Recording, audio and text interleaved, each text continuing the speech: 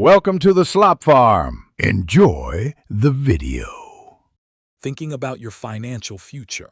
A Roth IRA is an incredible way to save for retirement, offering tax-free growth and withdrawals once you're older.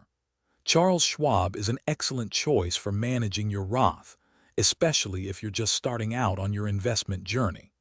They make the process very straightforward and offer a wide range of investment options, helping you build your wealth tax efficiently for the long term. First things first, make sure your income falls within the IRS guidelines to contribute to a Roth IRA. Once you've checked that, head over to the Charles Schwab website. It's super easy to open a new account right there online. You'll just link a bank account to fund your Roth, allowing you to start making contributions smoothly and effortlessly. Now for the exciting part. Choosing what to invest in. At Schwab, you'll want to focus on diversification. This helps spread out your risk across different assets.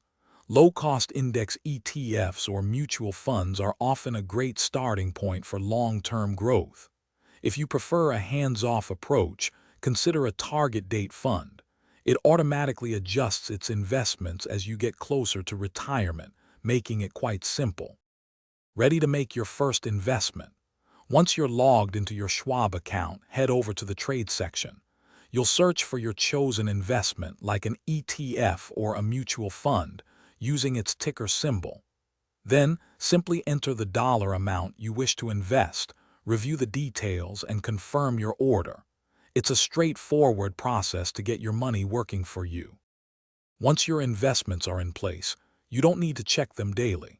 It's good to periodically monitor your Roth IRA's performance, perhaps once a quarter or year. If your asset allocation drifts significantly, consider rebalancing to get back to your desired mix. Remember, successful investing in a Roth IRA is generally a long-term game, so maintain that patient perspective.